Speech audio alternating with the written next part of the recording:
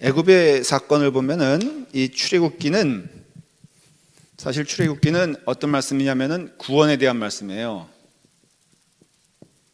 구원에 대한 말씀인데 여기서 마귀는 누구를 뜻합니까? 사탄을 누굴 말하고 있습니까? 출애굽에서 등장하는 인물들 가운데 바로 왕이죠.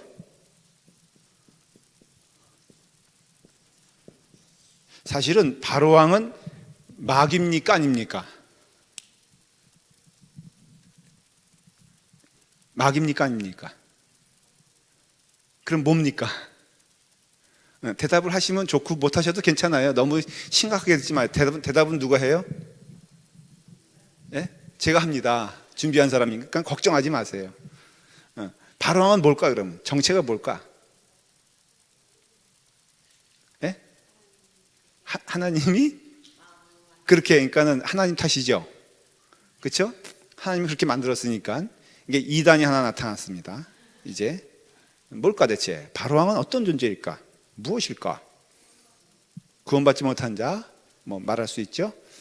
여기서 말씀을 이 장면에서의 그 이해를 구하면은 바로 왕은 뭐냐면은 사탄의 쓰임 받는 자예요. 그렇죠? 모세는 하나님의 쓰임 받는 자예요. 그래서 우리는 쉽게 얘기하면은 하나님의 사람, 세상의 사람이라고 말할 수 있어요. 세상의 사람은 그 여러 가지 세상의 사람에 대해서 말할 수 있죠. 그 핸드폰이 신상이라 그래요. 새롭게 이번에 뭐가 나왔죠? 핸드폰이 뭐 나온지 아세요? 네? 갤럭시 S, 전문적인 용어가 나왔어요. 갤럭시 S9, 그렇죠? 노트예요. 딱 저거 아는 거 보면은 어디에 미쳐 있어요? 노트에. 안 좋아요? 안 좋다는 것지 알아요. 제가 이 얘기를 했더니 우리 이태원 목사님인가가 또 세상에 팔린 사람이에요. 그래서 이렇게 말하더라고요. 목사님, 절대로 살 생각을 하지 마십시오. 노트 9은 노트 8과 별반 다르지 않습니다. 조금만 뭐 이렇게 그 뭐죠? 그 펜이라 그러는데 그것이 조금 차이가 날 뿐 아예 사시려면은 노트 10을 사십시오. 그렇게 분석을 하는데 어떤 사람은 그거 나오면은 못 사면 안 되는 사람이 있어. 그걸 신상 매니아라 그래요. 매니아라는 게 이게 미쳤다는 뜻이거든요. 그러니까는 그런 사람은 세상 사람들이 아니에요. 예? 그러니까 한마디로 정의해 보십시다. 세상 사람이 아니요. 세상 사람이에요. 그렇죠? 예. 맞아요? 어떤 사람은 옷이 새롭게만 나오면 못 견뎌요. 그래서 그것을 꼭 사야 돼. 미라 집사님 옛날에 그랬죠. 지금은 그래 안 그래? 안 그래요. 그러니까 제정신으로 돌아왔어. 그러면 그거 미쳤으면 세상 사람일까? 네? 그렇죠? 사실 보면은 그 세상이란 기준은 뭐냐면은 악한 영의 아주 조금 뭐라 그럴까? 조금 우리가 유치하게 말하면은 악한 영에 사로잡혔다. 유치하다는 표현이 좀 이상하지만은 그거예요. 그렇죠?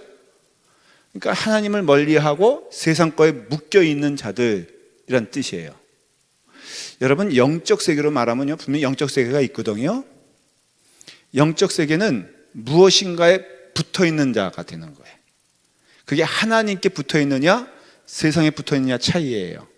그래서 그와 같은 것이 바로 세상의 것에 묶여 있기. 그래서 그런 거 있잖아요. 뭐 굳이 이렇게 0이 있고요, 6이 있으면은 뭐가 뭐를 지배하는 줄 아십니까? 예? 6이 오늘 권사님이 계속해서 조금 이상한 것 같아, 답이. 6이 0을 지배해요? 이런 사람이 있어요.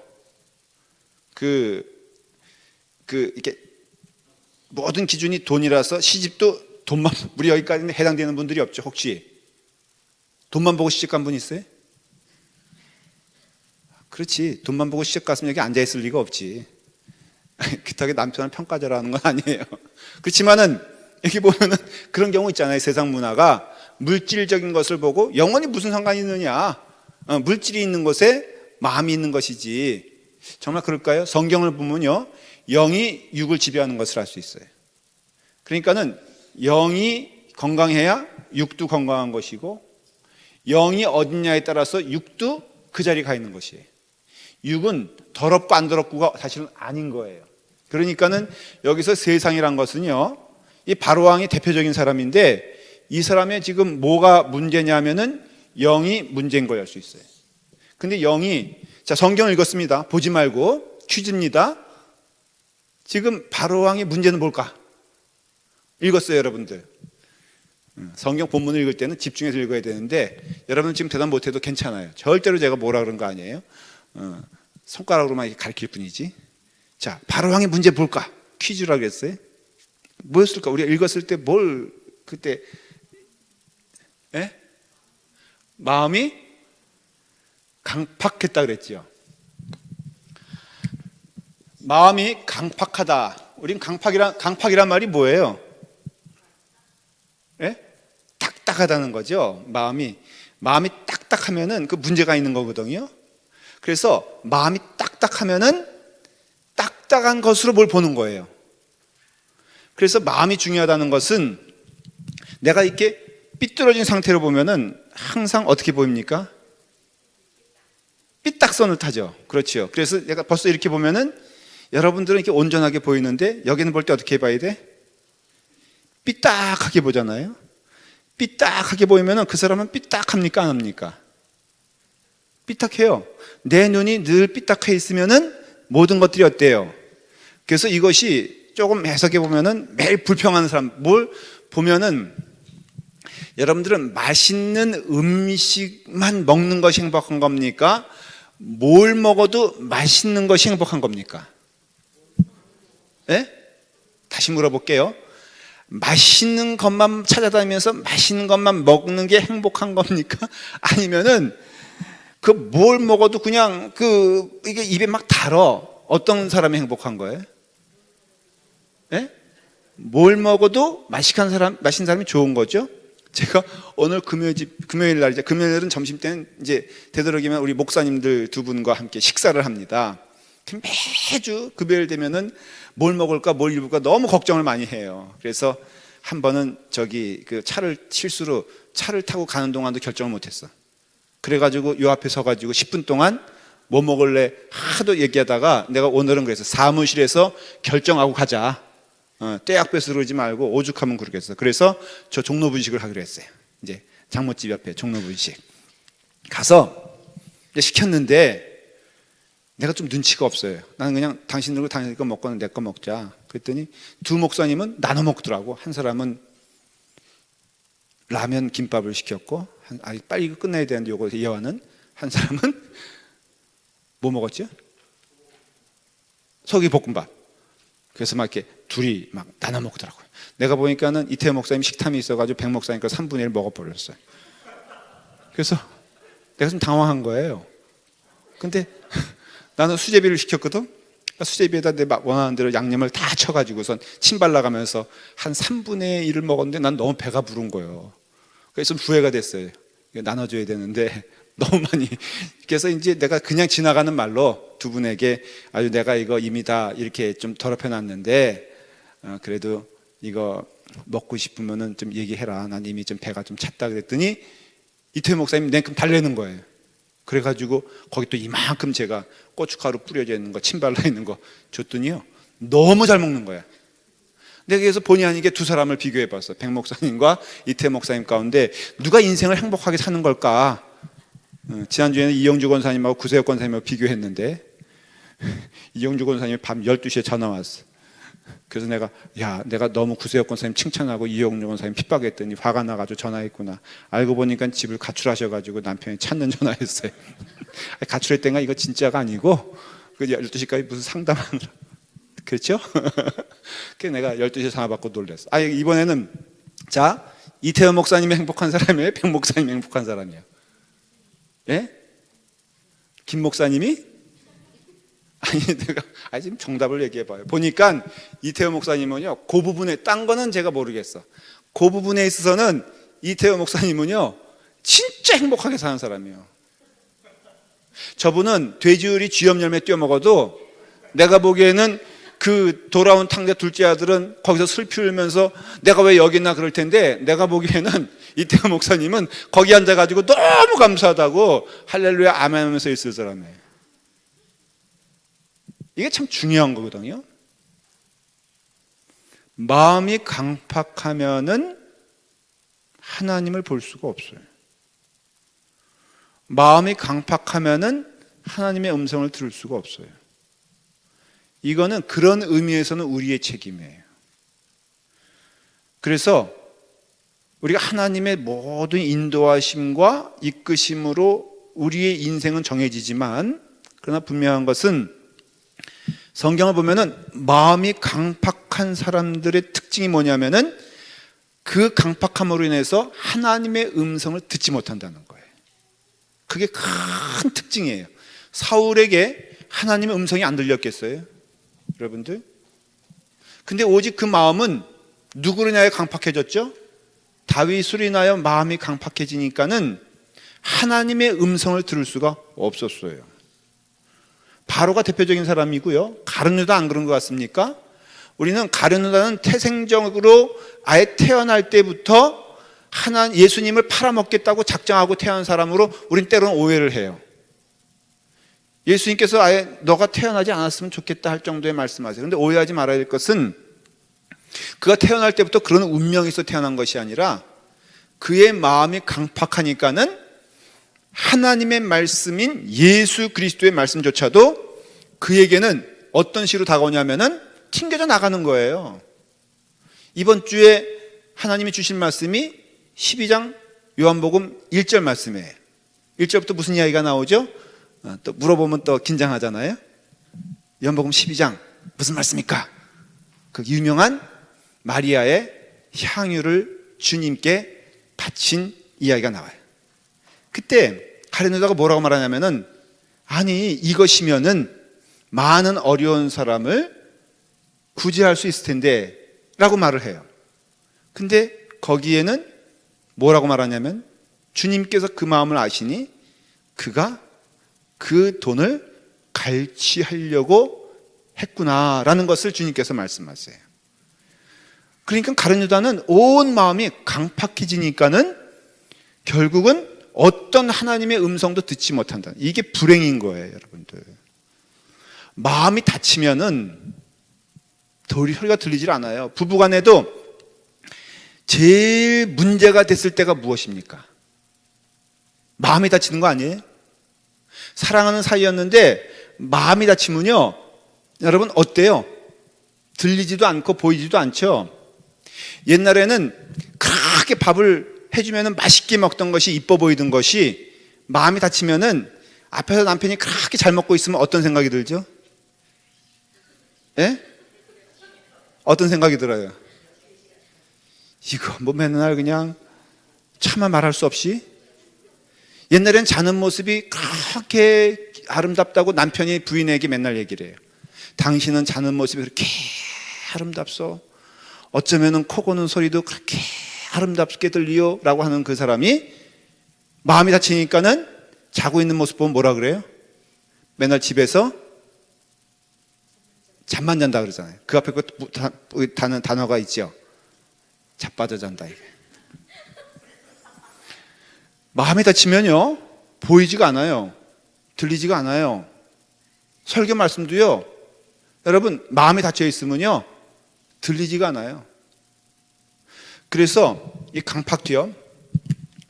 강팍해지면은 그 다음에는 이게 어떤 현상이 생기냐면요, 그냥 놔두면은 굳어짐으로 가요. 그래서 이게 의학적으로 표현하자면은 이거는 한번 제가 얘기했죠.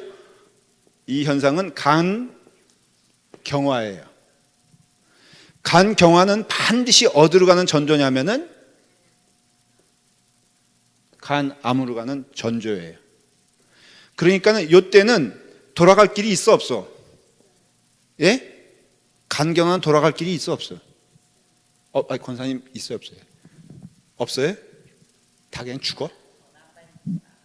더 나빠지면 이게 돌아가는 경우가 없어요? 내가 원고에는 돌아간다고 썼는데 여기. 이거 참 저런 분 있으면 피곤해.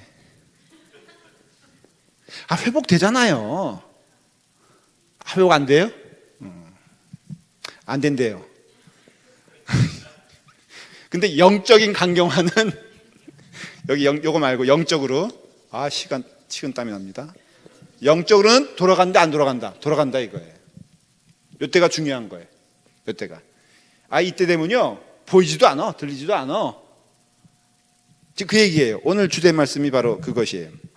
그래서 이제 바로 왕이 보니까는 이 이스라엘 백성들이 이제 광야로 가겠다, 이제 예배드리러 가겠다 그러니까는 60만 명 이상의 사람이 노동인구거든요. 애들까지 따라하면 200명이라 그랬고, 근데 그 60만 명의 사람을 놔줘야 되니까는 결국은요 이걸 허락하지 않는 거예요. 않는 건데 하나님께서는 그 약속하신 것을 반드시 이루세요. 그래서 재앙과 재앙이 임하게 돼요. 오늘은 세 번째 재앙을 얘기한 거거든요. 이거 첫 번째 재앙이 있어요. 두 번째 재앙이 있어요. 여러분 제가 다 말은 하진 않았어요. 첫 번째 재앙은 물이 피가 되는 사건이에요. 두 번째는 그 강에서 개구리가 엄청 올라오기 시작해요. 세 번째 재앙은 티끌이 이가 되고요. 네 번째 재앙은 파리가 가득하게 되고요. 그 다음에 다섯 번째는 가축의 죽음이 되고, 여섯째는 종기가 우박이 막 나오기 시작해요. 근데 이 첫 번째 재앙과 두 번째 재앙 그리고 세 번째 재앙에서는 틀리는 모습이 나오게 돼요. 첫 번째와 두 번째는요, 그 특징이 뭐냐면은 그 이가 이제 그 티끌이란 건 뭐냐면은 먼지라고 생각하시면 돼요. 그 먼지가 이제 이가 되는데, 첫 번째 특징은 다른 재앙들, 첫 번째 재앙과 두 번째 재앙에선 경고를 하세요. 이렇게 될 것이다. 너 회개하여 내게로 돌아오라. 바로에게 경고를 주세요. 경고하는데 말을 듣지 않으니까는 그 다음에 징벌이 들어가요. 그 첫 번째와 두 번째는 이와 같이 경고를 주고 그 다음에는 재앙이 임하게 되는데, 이 세 번째 티끌이 이가 되는 재앙은 경고를 주시지 않으세요. 그냥 아주 다이렉트리 그냥 재앙이 임하는 것을 볼 수가 있어요. 그러니까는 이 경고는 아주 신속하게 이루어지는 것이에요. 두 번째는, 세 번째 이 재앙은, 첫 번째와 두 번째 재앙은 애굽의 술객들도 그것을 이제 해요. 이게 참 대단하죠. 그래서 막 이렇게 그 빨간 물이 나오게 되기도 하고, 또 개구리가 올라오는 사건도 해요. 알 수 있어요. 뭐냐면은 영적인 의미에서 말하면요, 사탄도 힘이 있습니까 없습니까? 이건 누차 한 얘기지만은 짧게만 얘기할게요. 사탄도 힘이 있어요 없어요? 있어요. 맞아요? 사탄이 있습니까 없습니까? 있어요? 확실합니까? 저기 나가면 사탄이 있어요 없어요? 마음에도 있어요? 우리 여기 가운데 성황당을 만들면 어느 나무가 제일 좋을까? 우리 나무들 있잖아요. 그래서 장로님이 정말 감사해요. 장로님이 다 키우셨어요. 제가 인정을 해요. 너무 푸르죠 이제? 장로님 대답해 주세요. 푸르잖아요, 그렇죠? 죽을 뻔했는데 정말 푸르러졌어요. 장로님이 맨날 새벽마다, 오늘도 지금도 물 주시고 오셔가지고 감사한데, 어느 나무가 성황당일까? 거기에 영이 있는 것일까? 우린 질문을 해요. 분명히 성경에 나와 있는 말씀은 진리고요, 진리의 말씀은 영이 우리 가운데 임하여 악한 영이 될 수 있다는 것을 성경은 말해주고 있어요. 그래서 어느 정도 예를 들어서 말하면은 그 어느 정도 이렇게 미신도 있고, 그 다음에 무당도 있고, 점치는 사람도 막 있고 그러잖아요. 어떤 경우는 맞는 경우도 있잖아요. 사실은 신비하게도. 그 신비한 게 뭐냐면은 영적인 의미로 말하면은 악한 영이 있는 것을 말하는 거예요. 예수님도 그랬잖아요. 이 귀신 들린 자들 얘기하고 있고, 그 다음에 거라사 광인에게는 돼지떼로 그 귀신이 들어가게끔 만들어 버리잖아요. 이와 같이 영적인 그 모습이 있는데, 첫째 재앙과 둘째 재앙은 쫓아올 수 있지만 셋째 재앙은 쫓아오지 못한다 하는 차별을 두는 것은, 하나님께서 하나님만이 하실 수 있다는 것을 보여주는 거예요. 그게 바로 이거예요. 여기서 신앙 고백하죠. 애굽의 술사들이 뭐라고 말합니까? 예? 하나님이 하시는 일이다. 이것은 여호와의 손, 뭐라고 되어 있죠 여기? 예, 하나님의 권능이니다. 참 재밌는 거는요, 분명히 신앙 고백 같아. 이게 점성사들이 아니면 이 주술사들이 지금 하나님의 권능이라고 인정합니까, 안 합니까? 근데 하나님께 무릎을 꿇습니까, 안 꿇습니까? 이상하죠? 그런 사건이 신약에도 있어요, 없어요? 있어요. 예수님에 대하여 저가 정말로 하나님의 아들임을 말하면서도 그 사탄은 무릎을 꿇지는 않습니다. 똑같이 여기서 하나님의 권세는 인정하면서 하나님께 무릎을 꿇지 않아요. 이와 같이 애굽의 술사들이 그렇게 말을 할 때 이제 보니까는 그 바로에게 나타나는 그 하나님의 징벌이 임하게 됩니다. 이라고 했으니까는 이가요, 여러분들 얼마나 무서운 줄 알아요? 여기 이를 경험해 보신 분 있어요? 아마 요즘 세대는 없죠. 이 있어요, 없어요? 여기 물려보신 분. 이가요 어떻게 무섭냐면요, 정주영 씨가 그런 간증이 아니고 그런 얘기를 한 적이 있어요. 하도 이가 많아가지고 옛날 초가집에는 이가 엄청 많았거든요. 저도 이날이 이에 많이 물리고 그랬는데요. 그러니까는 이게 얼마나 집요한지 하여간에 밤만 되면은 나와가지고는 온 몸을 뜯어가지고는 견딜 수가 없어가지고 할 수 없이 그 밥상 있지 않습니까? 밥상을 2개 피고 그걸 침상같이 만들어서 밥상에는 다리가 있잖아요. 다리에는 그 세숫대 같은 거를 이렇게 하나씩 다리마다 갖다 놓고선 물을 붓대요. 그래서 이제 마치 그게 섬처럼 돼가지고 이제 그 물에 떠 있는 것처럼 돼 있어가지고 그 침상을 만들어서 잤답니다. 그러니까 한 며칠간은 좋았어요. 이가 오지 못하는 거예요. 잘 됐다 하고선 자고 있는데 어느 날도 갑자기 벅벅거리면서 간지러운 거예요. 보니까는 이가 있는 거예요. 가만히 보니까 이놈들이 몇 번 공략을 하다가 실패를 했네. 그놈의 물 때문에 가지를 못하는 거예요. 그래서 그 공동체에서 회의를 했대요. 회의를 해가지고 어떻게 이것을 공략할 것이냐를 회의한 다음에 내린 결론이 글로 가는 것을 포기하고 방바닥을 건너가지고 벽을 타고 올라가가지고 이게 지붕, 이게 뭐죠? 천정으로 간 거예요. 거꾸로 매달려가지고 줄줄줄 갔겠죠. 그리고 정확히 계산을 해가지고 수학적인 계산을 해가지고 그 정주영 씨가 있는 배꼽 위에 자기들이 낙하를 했대요. 과장된 얘기가 아니에요. 그래가지고 그 이들이 마치 폭격하는 폭탄처럼 뚜두두두 떨어져가지고 그 다음에 그 정주영 씨의 배를 물었다. 야, 이렇게 이도 머리를 쓰는데, 그래서 정주영 씨가 그때 은혜 받아가지고 이도 이렇게 노력을 하고 애를 쓰는데 내가 노력하지 않고서 되겠냐, 그래가지고 성공했다는 얘기예요. 이건 뭐 그 사람의 자서전에 나오는 얘기니까는 과장된 건지 아닌지 모르겠지만 이가 그렇게 무섭다 이거예요. 자, 이제 이가 그렇게 막 그냥 온 누리에 퍼지게 되는데 그걸 하나님의 권능이라 그러잖아요. 근데 하나님의 권능이란 말을 영어로는 뭐라고 썼냐면은 This is the finger of God이라고 되어 있어요. 마찬가지예요. This is the hand of God. 그러나 finger가 더 정확한 거예요. 이렇게 손가락으로 point out, 가리키는 거 말하자는 거예요. 이 하나님의 손가락이 임재했습니다. 그런 얘기예요. 여러분, 손가락은 뭘 말하냐면 이게 기능을 말하는 거거든요. 이 사람의 손가락을 말할 때 이 손가락은 이걸로 피아노도 치고 글도 쓰고 밥도 하고 하는 것처럼 이게 손가락이 이게 기능이 있는데 하나님의 손도 기능이 있다는 거예요. 첫 번째 어떤 기능이냐면요, 하나님의 손가락으로 이렇게 글을 쓰세요. 그래서 출애굽에 보면은 모세에게 돌판을 주시면서 하나님의 여호와께서 2 돌판을 내게 주셨나니 신명기 9장 10절이에요. 그 판의 글은 하나님이 친수로 기록하신 것이라. 친수란 것은 친히 손가락으로 기록하였다, 그런 뜻이에요. 자, 하나님께서는 그걸 그렇게 쓰시고요. 두 번째는 이 손가락으로 뭐 하시냐면은 하나님의 손가락으로 심판을 해주신단 말이죠.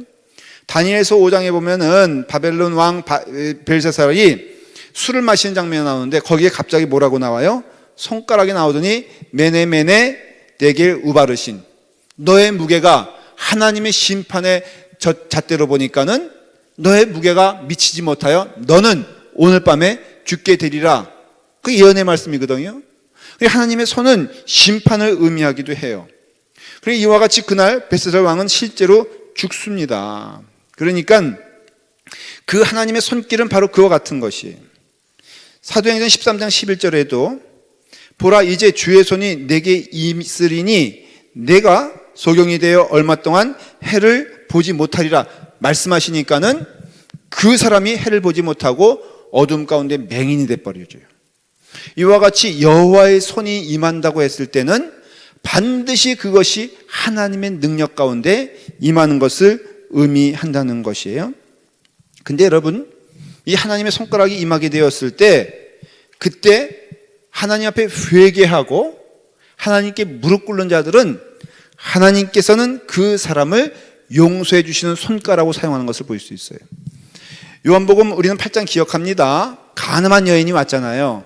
가늠한 여인이 오게 되었을 때 가늠한 여인은 벌벌벌 떨면서 그 죄를 부인할 수가 없었어요.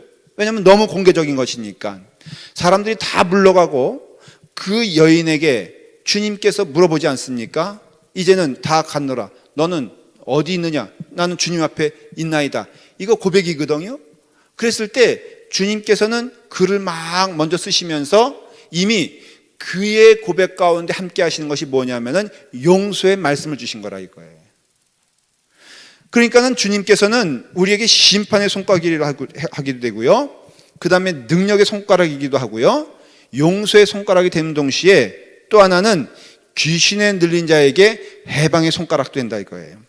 내가 만일 하나님의 손을 힘입어 귀신을 쫓아내는 것이면 하나님의 나라가 이미 너희에게 임하게 되었느니라 말씀하잖아요. 하나님의 손가락이란 뜻은요, 여러분, 이 손이라는 것은 어떤 의미가 있냐면은 하나님이 우리와 더불어 멀리 계신 분이 아니라 우리와 더불어 늘 동행하시는 분이란 뜻이에요. 이게 하나님은 심판에 있어서도 멀리 계신 하나님이 아니라 우리 가운데 임재하는 심판의 하나님이란 뜻이고요.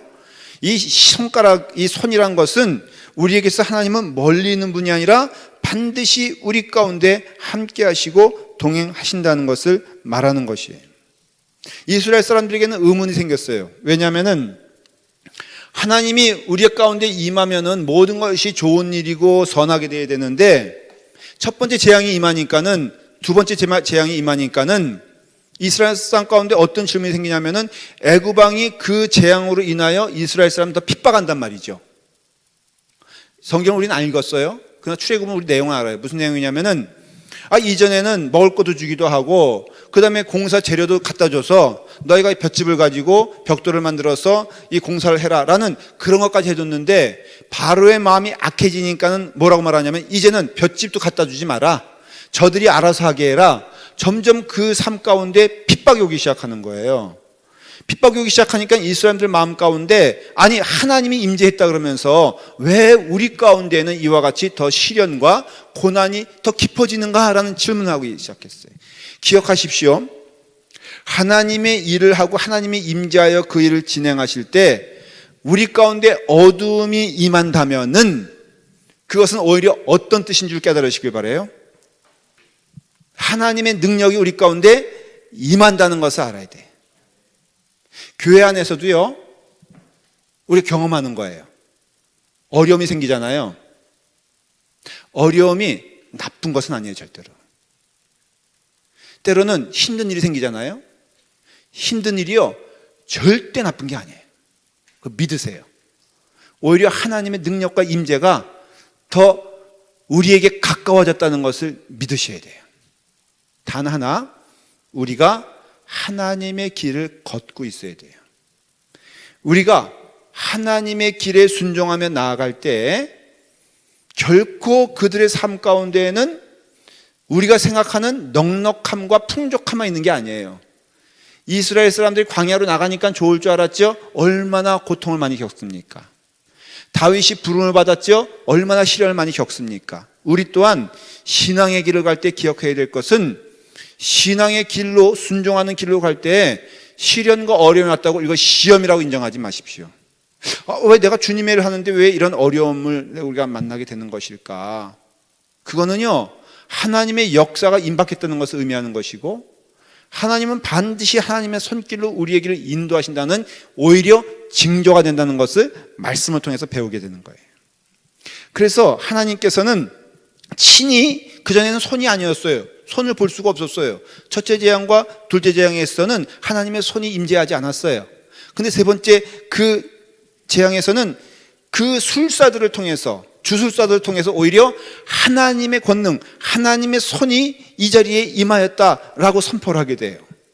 하나님께서 더 가까이 오신 것이죠. 영적으로 말하면 이와 같이 하나님께서 임하게 되었을 때 그 출애굽에 나타나는 하나님의 손가락은 몇 가지만 짧게 얘기하고 말씀을 드릴게요. 첫째는 능력의 손가락이에요. 시편 102편 25절에 보면은 하늘도 주의 손으로 지으신 바 되었나이다. 여러분, 하늘이 하나님의 손으로 만들었다면은 이거 누가 만들었겠어요? 사람이 만들었지만은 하나님의 손길이 안 미치는 곳 없잖아요. 천지를 하나님께서 만드셨다면은 나를 만드신 것도 당연하고, 우리 교회를 만드신 것도 당연하고, 하나님이 우리에게 참된 의미를 부여해 주시고 뜻이 있으셔서, 저는 교회도 하나님 만드셨다면은 이 라팔막 교회도 믿음이 있어요. 하나님께서 만드신 거예요. 집사님이 아이들 둘 데려오셔서 너무 귀엽다 그랬잖아요. 제가 애들 이 자리에 온 건 하나님의 뜻일까 아닐까? 잘 모르시죠? 네, 저기 첫째 애가 저렇게 앉아 있어요. 나는 저렇게 저런 아이에 저렇게 얌전하게 앉아 있는 애는 세상에서 처음 봐. 돼도 뭐가 될 것 같아. 맨날 그 은혜 받으면 목사 되라 그러니까는 좀 그 이상한 얘기지만 아주 능력자가 될 것 같아. 믿으십니까? 아니요, 여러분들이 아멘하세요. 본인이 아멘하세요. 제가 저만한 나이 때 저 모습이었어요. 제가 뭐 저 자랑하는 게 아니라, 제가 유치원 때 제 기억에 부흥회 참석해가지고 어머니 앞에서, 그땐 부흥회가 3시간 4시간 했으니까 그 막 그냥 의자에서 자기도 하고 몸 뒹굴도 했지만 내 기억에는 저렇게 했어요. 하나님께서 그렇게 만드신 걸 저는 믿어요.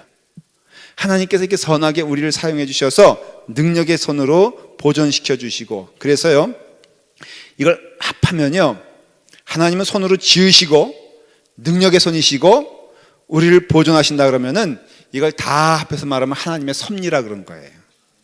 하나님은 창조하시고 또한 그 가운데 능력을 베풀어 주시고 또한 우리를 통치하시고 역사하시고 인도하시는 것을 믿는다면은 하나님의 섭리가 우리 가운데 임하게 되는 것이에요.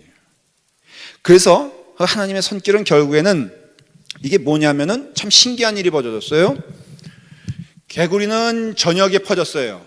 그러니까는 이거는 이스라엘 사람들이 사는 땅, 고센 땅에도 개구리가 와글와글 했어요. 그렇죠? 애굽 사람에게도 와글와글 했어요. 그 다음에는 물이 붉은 피로 변했는데 이것도 이스라엘 사람이 고선 땅에는 강에도 붉은 피로 변했고요, 애굽 사람이 있는 땅에도 붉은 피로 변했어요. 구분이 없었어요. 근데 이 심판의 강도가 더 심해지고 강력해지니까는 이 세 번째 이가 변한, 그러니까 티끌이 이로 변한 것은 오직 어느 땅 하면 변하기 시작했어요? 성경을 보니까 오직 애굽 땅에만 이런 일이 생기기 시작했어요. 그래서 왜 애굽의 주술사들이 이것을 할 수가 없었냐 그랬냐면은, 또 두 번째, 이것은 사람의 능력이 아니라 하나님의 능력으로 된 것이냐라고 고백할 수밖에 없었던 것은 차별을 주기 시작한 거예요. 그래서 애굽 사람들이 놀라기 시작한 거예요. 그 전까지는 다 동일하게 임했던 재앙이 이 애굽 사람들에게는 임했는데 이스라엘 사람들에게는 구별. 그래서 출애굽기 8장 23절에 한번 다 같이 읽어보겠어요. 자, 시작. 내가 내 백성과 내 백성 사이를 구별하리니 내일 이 표징이 있으리라 하셨다 하시고, 그 다음 읽어요. 시작.